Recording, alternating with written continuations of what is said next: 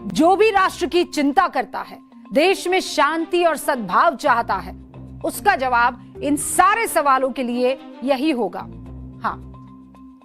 तो फिर FCRA bill को लेकर कुछ लोगों में इतनी बेचैनी क्यों हुई?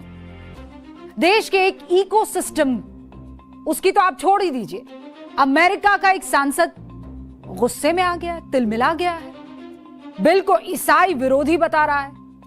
अरे हुक्म, इस बिल का धर्म से कोई लेना देना नहीं है, बिल्कुल नहीं।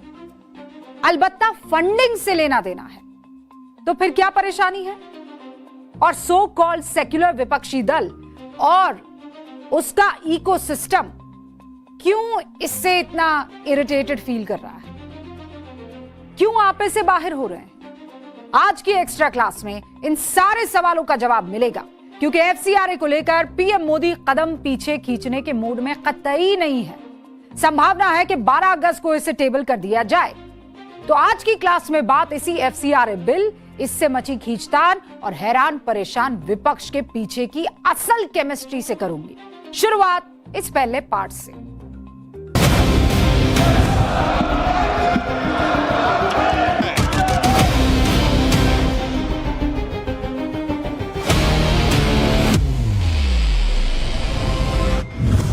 दिल्ली मॉनसूनी बारिश में तरबतर है, संसद तिर रही है विपक्षी शोर में। हर रोज हंगामा, हर रोज नया ड्रामा, हर रोज नया पैंतरा, हर रोज नए नारे। देश की संसद में विपक्षी बवाल अब आम है। बारिश से दिल्ली और विपक्षी हंगामे से संसद जाम है।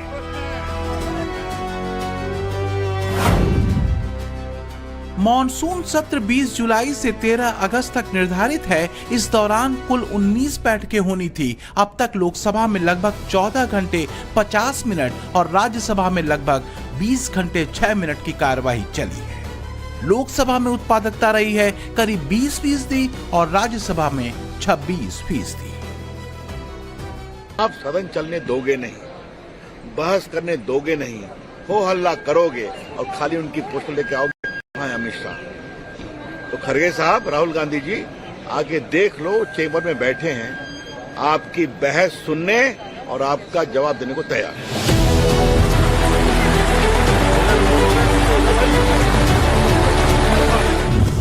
लेकिन सोशल मीडिया पर लोग कह रहे हैं कि बहस तो तब हो जब मॉनसूनी लुत्फ कम हो।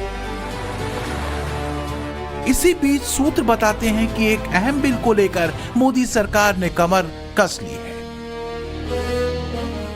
कहने का मतलब ये कि मॉनसून सत्र के आखिरी हफ्ते में मोदी सरकार एक बड़ा दांव चलने जा रही है। 12 अगस्त यानी बुधवार को मोदी सरकार एफसीआरए बिल पर चर्चा कर सकती है। 13 अगस्त से पहले एफसीआरए बिल को दोनों सदनों में पास कराने का लक्ष्य है। अब सीधी सी बात यह है कि अगर मोदी सरकार ने एफसीआरए संशोधन बिल 2026 लाने का संकल्प ले लिया है तो विपक्ष का भी तो कुछ स्टैंड इस पर होगा। अगर स्टैंड होगा तो वो अपने वोट बैंक और विचारधारा के नजरिए से ही होगा। तो वो क्या है, जरा इसे सुन लीजिए, फिर चर्चा आगे बढ़ेगी। Now suddenly we notice that an FCRA bill has been brought in. And what is interesting is there is only one organization that can get money from abroad. No other organization can get money from abroad except the RSS. Mr. Modi can get finance from abroad through Mr. Adani, and the RSS can get finance from abroad. Nobody else can get it. What is so special about the RSS? That they have special rules for them. They spread hatred, they spread anger, they divide people.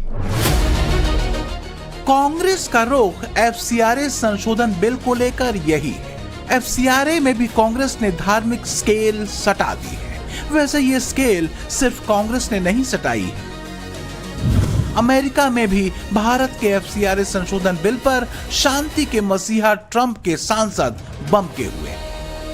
FCRA संशोधन bill 2026 ने इनके पेट में भी भरपूर मरोड़ उठाई।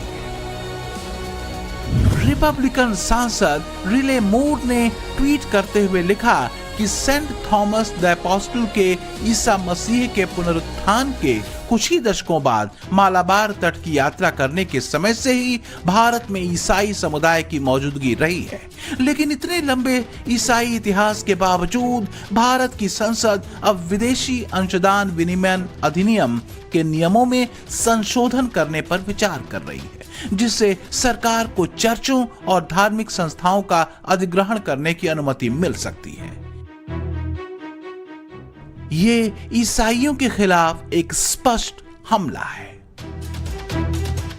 ये भी कमाल है कि पीड़ा से भरी ध्वनि जो अमेरिकी सांसद की है, वैसी ही ध्वनि कांग्रेसी नेताओं की भले ना हो, लेकिन पीड़ा तो एक ही है, और वो है FCRA संशोधन बिल।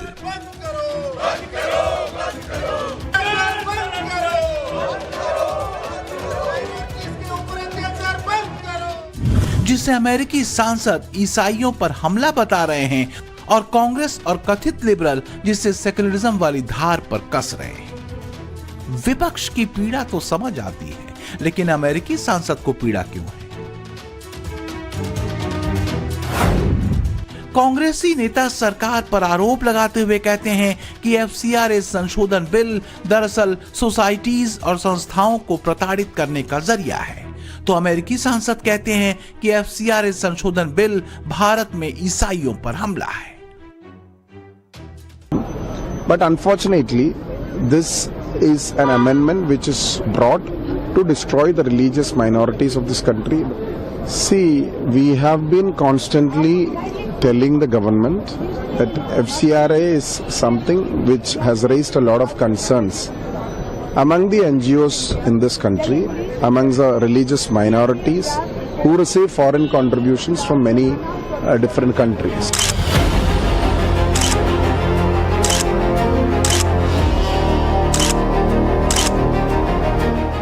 बस इसी लाइन पर विपक्ष ने FCRA के खिलाफ भी मोर्चा खोल रखा। सदन के बाहर लंबे बैनर पोस्टरों के साथ लंबी नारेबाजी FCRA संशोधन बिल के खिलाफ भी खूब हुई। कांग्रेस अगर इस बिल को लेकर आक्रामक है तो क्या इसकी वजह यही है कि कांग्रेस की कथित सेकुलर राजनीतिक लाइन को यह विरोध सूट करता है? We will oppose it very strongly. We are not going to allow them to pass that type of draconian bills. Sir, an American leader have also condemned raised question. Also tweeted now about the FCRA bill and said that it is not good and it could also harm the tie-up between the US and India. How do you see that? Now you see the mood of Narendra Modi will change within a minute. फिलहाल तो कांग्रेस की ये हंसी FCRA bill पर मोदी के संकल्प के आगे बेमानी है। मोदी सरकार FCRA बिल को लेकर पीछे हटने के मूड में तो कतई नहीं, और तैयारी पूरी हो चुकी है। 13 तारीख से पहले तक विदेशी फंडिंग वाली चेन पर नकेल कसने की, क्योंकि एनडीए ने अपने सभी सांसदों से सोमवार से लगातार संसद में मौजूद रहने को कहा है। कांग्रेस ने भी अपने सांसदों के लिए व्हिप जारी किया है और अगले हफ्ते सदन में रहने को कहा है। देखो, FCR के बारे में हम तो अपोज करने वाले हैं। एक दूसरी चीज, ऑल पार्टी मीटिंग हम बुला के, जो हमेशा फ्लोर लीडर की मीटिंग होती है, बुला के निर्णय लेंगे। अभी हम लोगों ने 2 बिल पास करा लिया है, अभी कुछ बिल और आएंगे जिसमें FCRA भी है, और ये सब बिल भी पास होंगे। पास होने में कोई दिक्कत नहीं है, हमारी मेजॉरिटी है लोकसभा में भी, राज्यसभा में भी, और ये बिल हम पास करा लेंगे। सूत्रों के मुताबिक सरकार ने बिल की तैयारी पूरी कर ली है। विपक्ष भले ही इसका विरोध कर रहा है, लेकिन सरकार के सीनियर मंत्रियों ने इसे लेकर अलग अलग संगठनों से मीटिंग भी की है। सूत्र बता रहे हैं कि शनिवार और रविवार को भी इस बिल के पास कराने को लेकर काम हुआ है। सूत्रों के मुताबिक गृह मंत्री अमित शाह खुद इस बिल पर जवाब दे सकते हैं।